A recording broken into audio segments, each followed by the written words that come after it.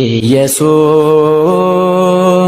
ክርስቶስ ጽኦመ ስም ለዘይጼውኦ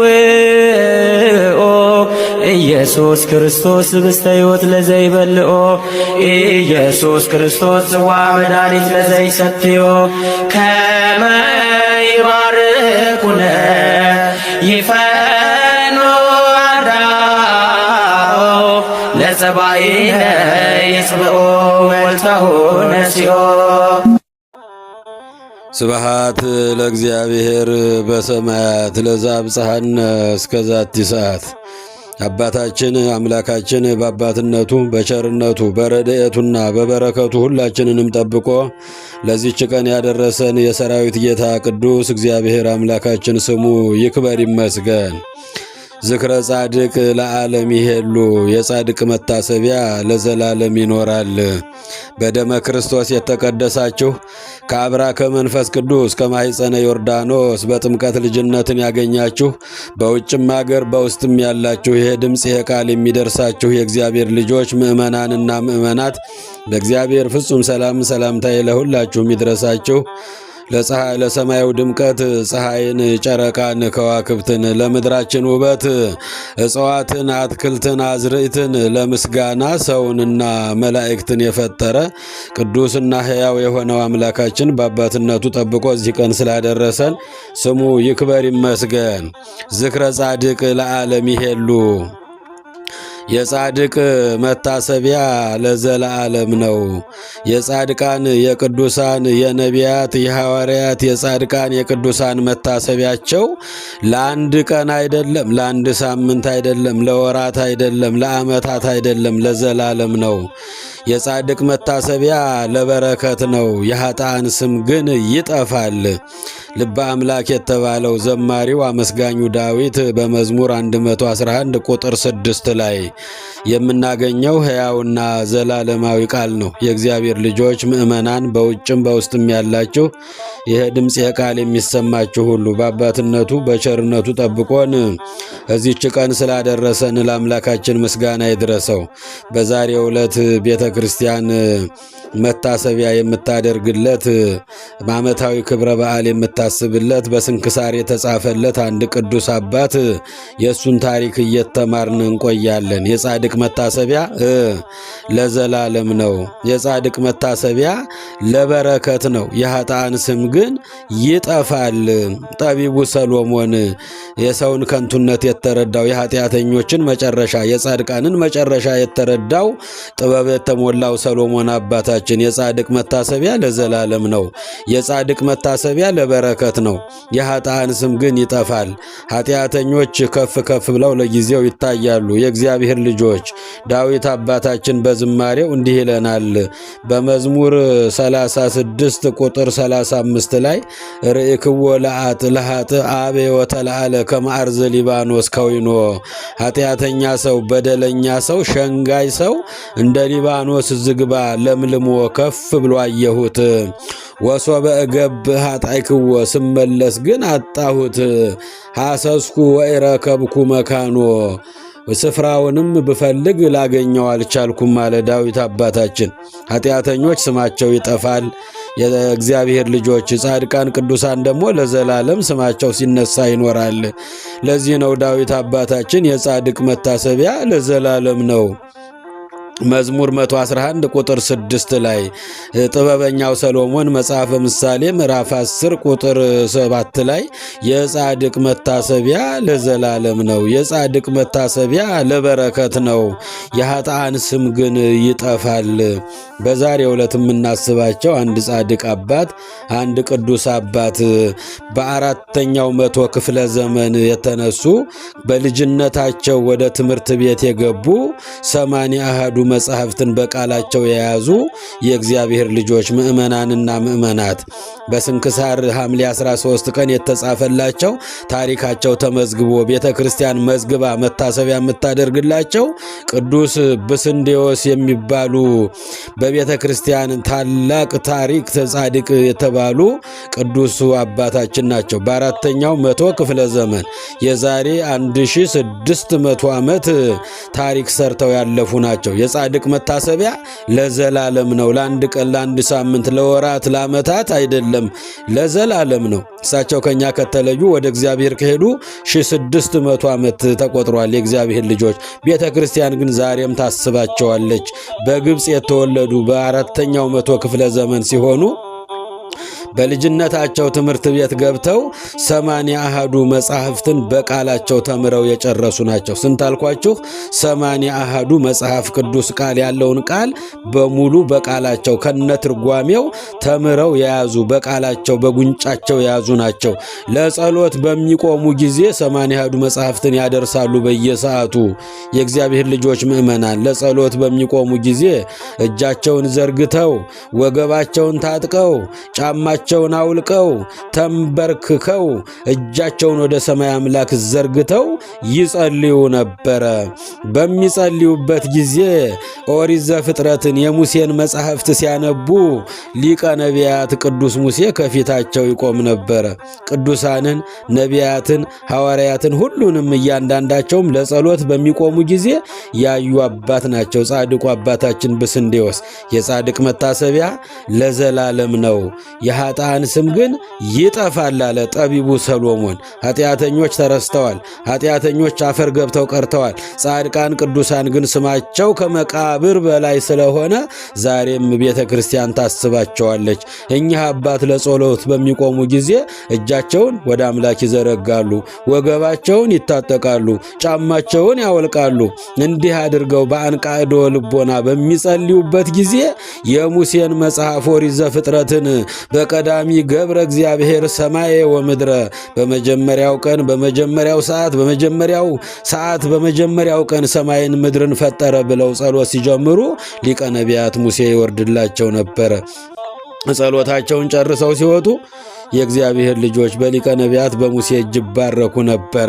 የኢሳይያስን የነቢየ ልዑል የኢሳይያስንም መጽሐፍ በሚያነቡ በሚጸልዩ ጊዜ ኢሳይያስ ይመጣና ይቀመጥ ነበረ።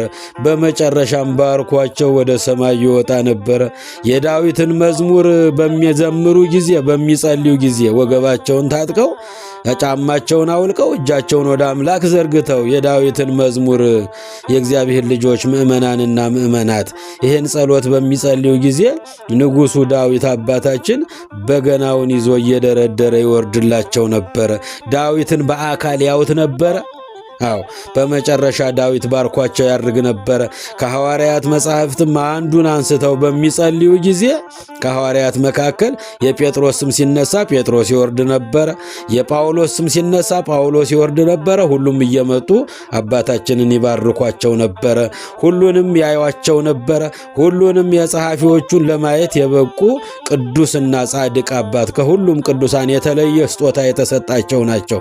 ነቢያትን ያዩ ሐዋርያትን ያዩ አያችሁ። የእግዚአብሔር ልጆች ምእመናን 4ቱን አበይት ነቢያት 12ቱን ደቂቅ ነቢያት ያዩ አባታችን ናቸው። 12ቱንም ሐዋርያት ለማየት የበቁ ቅዱስ አባት በ4ኛው መቶ ክፍለ ዘመን በተሰበረ ልቦና እጃቸውን ዘርግተው ጫማቸውን አውልቀው ወገባቸውን ታጥቀው አምላካቸው ፊት ቆመው መጽሐፍ ቅዱሱን በቃላቸው ስለያዙት ተምረው ስለጨረሱት እግዚአብሔር መንፈስ ቅዱስ ስለገለጠላቸው የነቢያትን መጽሐፍ ሲያነቡ ኢሳይያስ ከሆነ ኢሳይያስ ይመጣል፣ ሕዝቅኤል ከሆነ ሕዝቅኤል ይመጣል፣ የዳንኤል ከሆነ ዳንኤል ይመጣል፣ የኤርምያስ ከሆነ ኤርምያስ ይመጣል፣ የሙሴ ከሆነ ሙሴ ይመጣና በመጨረሻ ባርኳቸው ያድርጋል። የዳዊትን መዝሙር በሚዘምሩ ጊዜ ዳዊት በገናውን ይዞ እየዘመረ ይወርድላቸው ነበር። ዳዊትንም ለአካል ለማየት በቅተዋል። እንዲህ አይነት አባት ነበሩ። ሁሉንም የመጽሐፍ ቅዱስ ጸሐፊዎችን በአይና ስጋ በአይናቸው ለማየት የበቁ ቅዱስ አባት ናቸው። ሁሉም ማጥተው ባርከዋቸው ይሄዱ ነበረ። ዓለምን ንቀው መንነው በረሃ ገብተው እግዚአብሔር በእጃቸው ብዙ ድንቅ ድንቅ ተአምራት ያደርግላቸው ነበረ። ድውይ ይፈውሳሉ፣ አጋንንት ያወጣሉ። የእግዚአብሔር ልጆች በሽተኛ ይፈውሳሉ። የሴቶችን መልክ ላለማየት ግን በጣም ይጠነቀቁ ነበረ። አባቶች የሚወድቁት አባቶች የሚስቱት የሴቶችን ፊት በማየት ነው። እኔ ግን የሴቶችን ፊት አላይም ብለው እጅግ ይጠነቀቁ ነበረ። ጥበበኛው ሰሎሞን በመጽሐፈ ምሳሌ ምዕራፍ 3 ቁጥር 11 ላይ ልጄ ሆይ ጥንቃቄ ይጠብቀሃል፣ ማስተዋልም ከመከራ ይጋርድሃል ይላል። አባታችን ጥንቁቅ አባት ነበሩ። የሴቶችን ፊታቸውን ላለማየት፣ ድምፃቸውን ላለመስማት ይጠነቀቁ ነበር፣ እንዳያሳስቷቸው ነው። የእግዚአብሔር ልጆች በእነሱ ላይ አድሮ ሰይጣን እንዳይፈትናቸው፣ ንጽሕናቸው፣ ቅድስናቸው፣ ድንግልናቸውን እንዳያጡ የሴቶችን ፊት ከማየት ይጠነቀቁ ነበር። ሌሎች በሽተኞች ወደ እሳቸው እየመጡ ይፈወሱ ነበር። በእጃቸው ድንቅ ድንቅ ተአምራት ይደረግ ነበረ። የሙሴን መጽሐፍ፣ የዳዊትን መጽሐፍ፣ የነቢያትን መጽሐፍ፣ የሐዋርያትን መጽሐፍ፣ 4ቱን ወንጌላት እያነበቡ አባታችን 4ቱን ወንጌላውያን ሁሉ ለማየት የበቁ ናቸው። ይህን ሲያነቡ በሽተኛው ይፈወሳል፣ ጎባጣው ይቀናል፣ እውሩ ይበራል፣ አጋንንቱ ተቃጠልኩ እያለ ይወጣል። ነገር ግን የሴቶችን መልክ ላለማየት በጣም ይጠነቀቁ ነበረ። ጥንቃቄ ይጠብቅሃል፣ ማስተዋል ይጋርድሃል። የእግዚአብሔር ልጆች መጽሐፈ ምሳሌ ምዕራፍ 3 ቁጥር 11 ላይ እንዲህ አይነት አባት ነበሩ። ከዕለታት አንድ ቀን በሆድ በሽታ ሆዷ ያበጠ የምትሰቃይ ገንዘቧን፣ ሀብቷን፣ ንብረቷን ሁሉ ለመድኃኒተኞች የጨረሰች ነገር ግን ፈውስ ያላገኘች፣ ፈውስ ከእግዚአብሔር ነው። እኔ ጤናህን እሰጥሃለሁ፣ እኔ ከቁስልህም እፈውስሃለሁ ይላል በኤርምያስ ላይ አድሮ ለስም አጠራሩ ክብር ይግባውና ትንቢተ ኤርምያስ ምዕራፍ 30 ቁጥር 17 ላይ ልጄ እኔ ጤናህን እሰጥሃለሁ፣ እኔ ከቁስልህም እፈውስሃለሁ፣ እኔ አድንሃለሁ ይላል። አዳኝ እግዚአብሔር ነው። ፈዋሽ እግዚአብሔር ነው። የወደቁትን የሚያነሳ እግዚአብሔር ነው። እግዚአብሔር ደግሞ በቅዱሳኑ ላይ ድንቅ ስራውን ይሰራል። የእግዚአብሔር ልጆች በቅዱሳኖቹ እጅ ላይ ድንቅ ተአምራት ይደረግ ነበረ። በሆድ ህመም የምትሰቃይ ገንዘቧን ሁሉ ለመድኃኒተኞች የጨረሰች ፈውስ ያጣች ሀብቷን፣ ንብረቷን፣ ጌጧን ሁሉ የጨረሰች አንዲት ሴት ነበረች። ዝናቸውን ሰምታ ወደ በዓታቸው ገብታ እባክዎት አባ ማሩኝ ለማለት ወደ በዓታቸው ሄደች። ድምጿን ሲሰሙ አባታችን ለማየት ስላልፈቀዱ ዘግተው ተቀምጠው ነበረ። እሷም ሳትጠራጠር አባ እባክህ ፈውሰኝ አባቴ፣ እኔ ብዙ በሽታ ያለብኝ ነኝ፣ ሆዴ አብጦ እየተሰቃየሁ ነው፣ አባ ከዚህ መከራ አድነኝ እያለች እሷም ትጮህ ነበረ። እሳቸውም የሴት ፊት አላይም ልጄ ባክሽን እዛው ሁኝ አሏት። እሷም ሳትጠራጠር አባ የሚገቡበት የሚወጡበት የበዓታቸው የዋሻቸው ደጃፍን ከዚያ ላይ ሳትጠራጠር እግራቸው የረገጠው ነው የአባ ብስንዴዎስ አምላክ ፈውሰይ ብላ ሳትጠራጠር የሚወጡበት የሚገቡበትን የእግራቸው ትቢያ ያረፈበትን ያንን አፈሰችና የረገጡትን መሬት ሳትጠራጠር አፍሳ በላችው። ወዲያውኑ ከበሽታዋ ተፈወሰች። ክብርና ምስጋና ለአምላካችን ይሁን። በዛሬው ዕለት የምናስባቸው አባት የእግራቸው ትቢያ በሽተኛ የሚፈውስ፣ ጎባጣ የሚያቀና፣ ዕውር የሚያበራ፣ አጋንንትን የሚያወጣ ነው። የእግዚአብሔር ልጆች ምእመናንና ምእመናት ለዚህ ነው የጻድቅ መታሰቢያ ለዘላለም ይኖራል አለ ልበ አምላክ የተባለው ቅዱሱ ዳዊት አባታችን። ልጁ ጠቢቡ ሰሎሞንም የጻድቅ መታሰቢያ ለበረከት ነው፣ የኃጢአተኞች ስማቸው ይጠፋል ይረሳል አለ። የኛ አባት ግን 1600 ዓመት ቤተ ክርስቲያን ስማቸውን እየጠራች መታሰቢያቸውን እያደረገች በዓላቸውን እያከበረች ትገኛለች። የእግዚአብሔር ልጆች ሳትጠራጠር ነው፣ ሳትጠራጠር የሚወጡበት የሚገቡበትን ድምፃቸውን ብቻ ነው የሰማችው።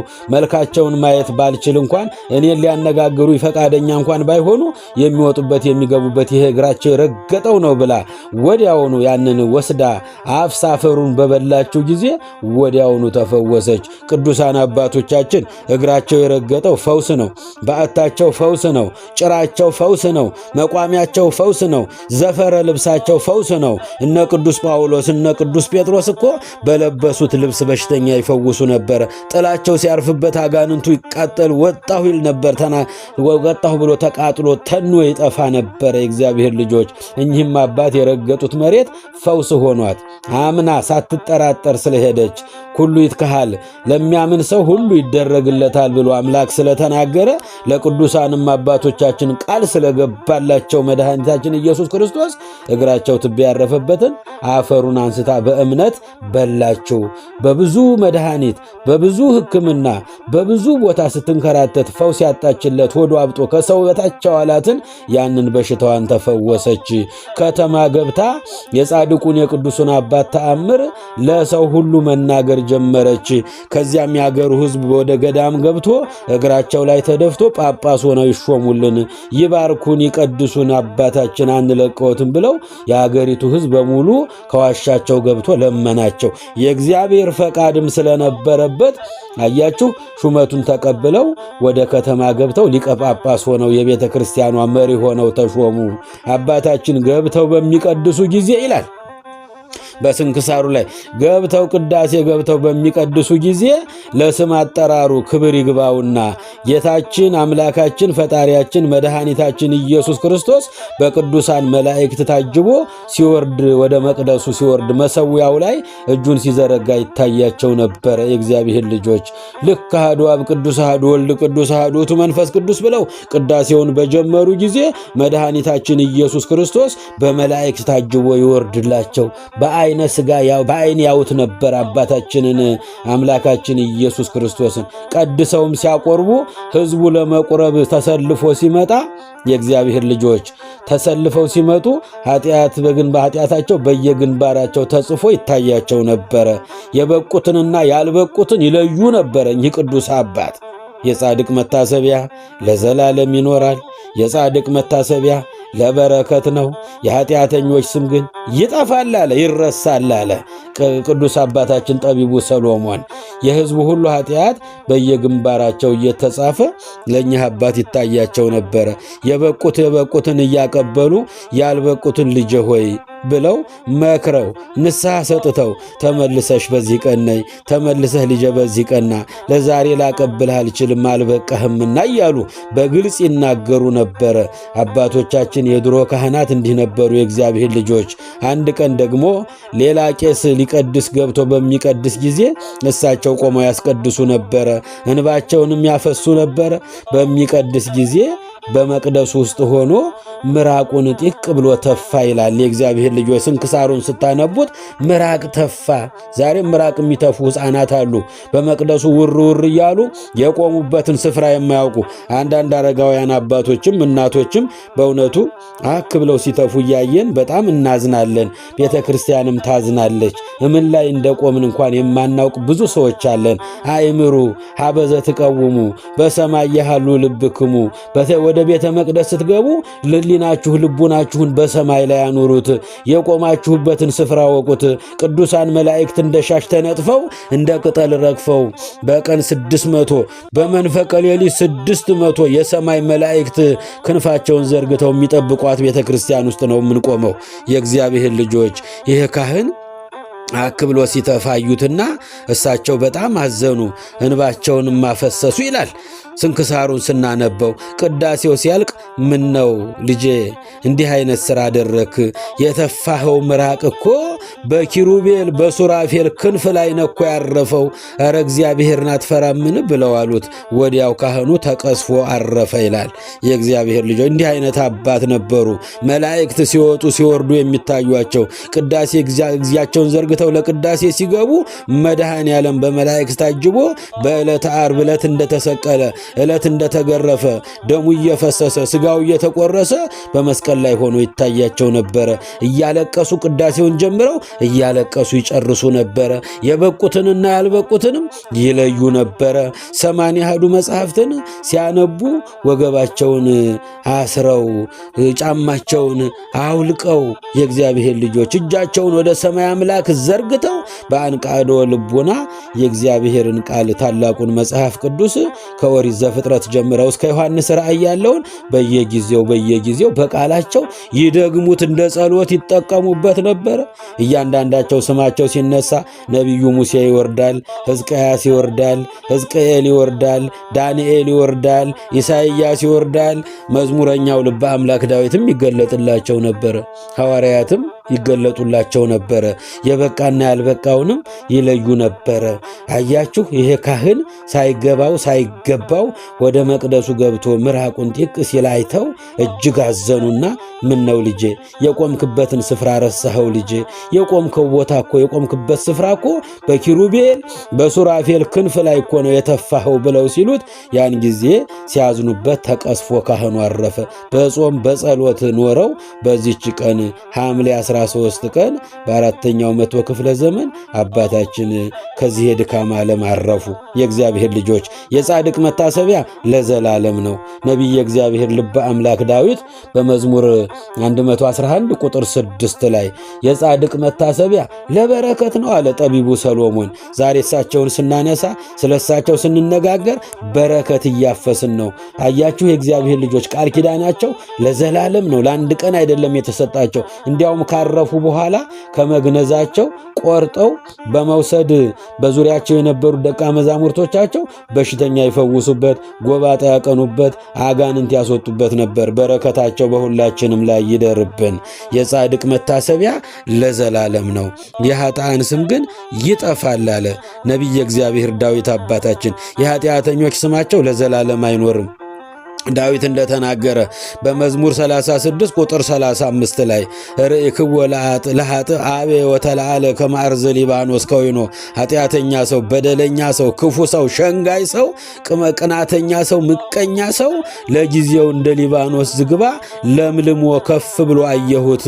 ወሶበ እገብእ ኃጣይክዎ ተመልሼ ስመጣ አጣሁት። ሐሰስኩ ወኢረከብኩ መካኖ ስፍራውንም አሻራውንም ላገኘው አልቻልኩም አለ። ኃጢአተኞች ለጊዜው ደስተኛ ይሆናሉ። ለጊዜው በዚህ ዓለም ላይ ከፍ ብለው ይታያሉ። የእግዚአብሔር ስም አጠራራቸው ግን ይጠፋል። የጻድቃን ስም ግን ለበረከት ነው። የጻድቃን ስም ግን ለዘላለም ነው። እኚህን ጻድቅ ዛሬ ያሰብናቸው እግዚአብሔር ያከበራቸው ስለሆኑ ነው። እግዚአብሔር ያከበረውን ማክበር ይገባል። እግዚአብሔር ያከበረውን ማን ያዋርደዋል? እግዚአብሔር የሾመውን ማን ይሽረዋል? እግዚአብሔር ከፍ ያደረገውን ማን ዝቅ ያደርገዋል? እግዚአብሔር ያጸደቀውንስ ማን ይኮንነዋል? አለ ብርሃነ ዓለም ቅዱስ ጳውሎስ። የእግዚአብሔር ልጆች እንግዲህ ጻድቃንን የምናከብራቸው ስማቸውን 1600 ዓመታት ቤተ ክርስቲያን ስማቸውን እየጠራች መታሰቢያቸውን እያደረገች በዓላቸውን የምታከብርላቸው ጻድቃን፣ ቅዱሳን፣ ነቢያት፣ ሐዋርያት እንግዲህ ለአምስት ነገር ነው። ጻድቃንን የምናከብራቸው መታሰቢያቸውን የምናደርግላቸው ለአምስት ነገር ነው። የመጀመሪያው የጻድቅ መታሰቢያ ለዘላለም ስለሆነ ነው።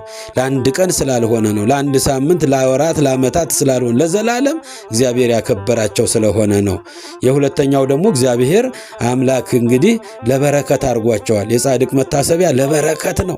ስማቸውን ስንጠራ በረከት እናገኛለን፣ ምሕረት እናገኛለን። በቃል ኪዳናቸው እኛንም ይጠብቁናል። ኦሪት ዘፍጥረት ምዕራፍ 12 ቁጥር 3 ላይ ያን ደጉን ሰው የጽድቅ አባት ስራው ሃይማኖት የሆነውን አባታችን አብርሃም የሚባርኩህን እባርካቸዋለሁ፣ የሚረግሙህን እረግማቸዋለሁ አለ። አያችሁ፣ አብርሃምን የሚባርኩ ይባረካሉ። አባታችን ጻድቁ ብስንዲዎስንም ስማቸውን ጠርተን ስናከብራቸው ያከብረናል እግዚአብሔር። እግዚአብሔር ያከበረውን ማክበር ይገባል። እግዚአብሔር ከፍ ያደረገውን ማን ዝቅ ያደርገዋል? እግዚአብሔር የሾመውን ማን ይሽረዋል? እግዚአብሔር ያጸደቀውን ማን ይኮንነዋል? ጻድቃንን፣ ቅዱሳንን፣ ነቢያትን፣ ሐዋርያትን የመረጠ ያከበረ የሾመ ከፍ ያደረጋቸው ልዑል እግዚአብሔር ነው። የእግዚአብሔር ልጆች መጽሐፈ ምሳሌ ምዕራፍ 10 ቁጥር 6 ላይ የእግዚአብሔር በረከት በጻድቅ ራስ ላይ ነው። በረከት እናገኛለን። በረከት በራሳቸው ላይ ፈሶባቸዋል። የጻድቅ መታሰቢያ ለበረከት ነው። የኃጢአተኞች ስም ግን ይጠፋል። በሁለተኛ ደረጃ የምናከብራቸው ስማቸውን የምንጠራው እንዲጸልዩልን እንዲያማልዱን ነው። የእግዚአብሔር ልጆች መዝሙር 33 ቁጥር 15 ላይ የእግዚአብሔር ዓይኖች ወደ ጻድቃን ናቸው፣ ጆሮዎቹም ወደ ልመናቸው ናቸው። አያችሁ፣ ልመናቸው ይሰማል። ዓይኖቹ እግዚአብሔር ዓይኖች የጻድቃንን ጸሎቶች ይሰማሉ።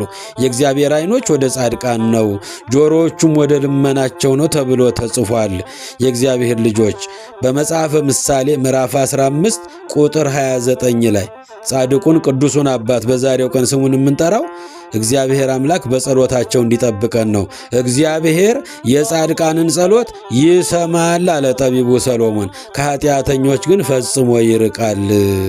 ኃጢአተኛ ሰው ቢጸልይ ቢለምን እግዚአብሔር አይሰማውም። የጻድቃን ደግሞ ጸሎት እግዚአብሔር ይሰማቸዋል።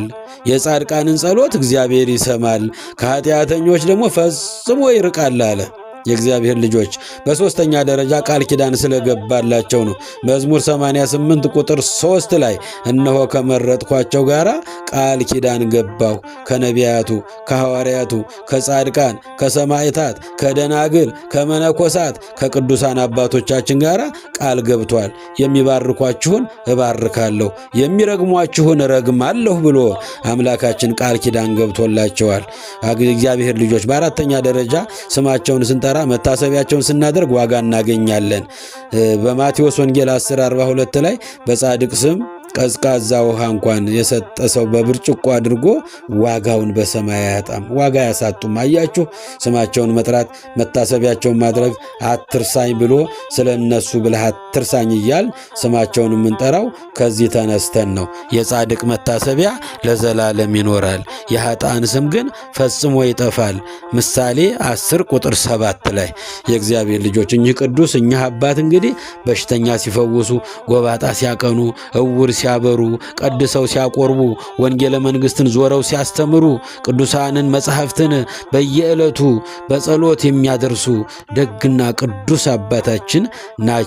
በእውነቱ በሽተኛም ይፈውሱ፣ ጎባጣም ያቀኑ በቃል ኪዳናቸው አባታችን እግዚአብሔር ቃል የገባላቸው አባት ናቸው። የቅዱሱ የጻድቁ አባት የአባ ብስንዴዎስ በረከታቸው ይደርብን።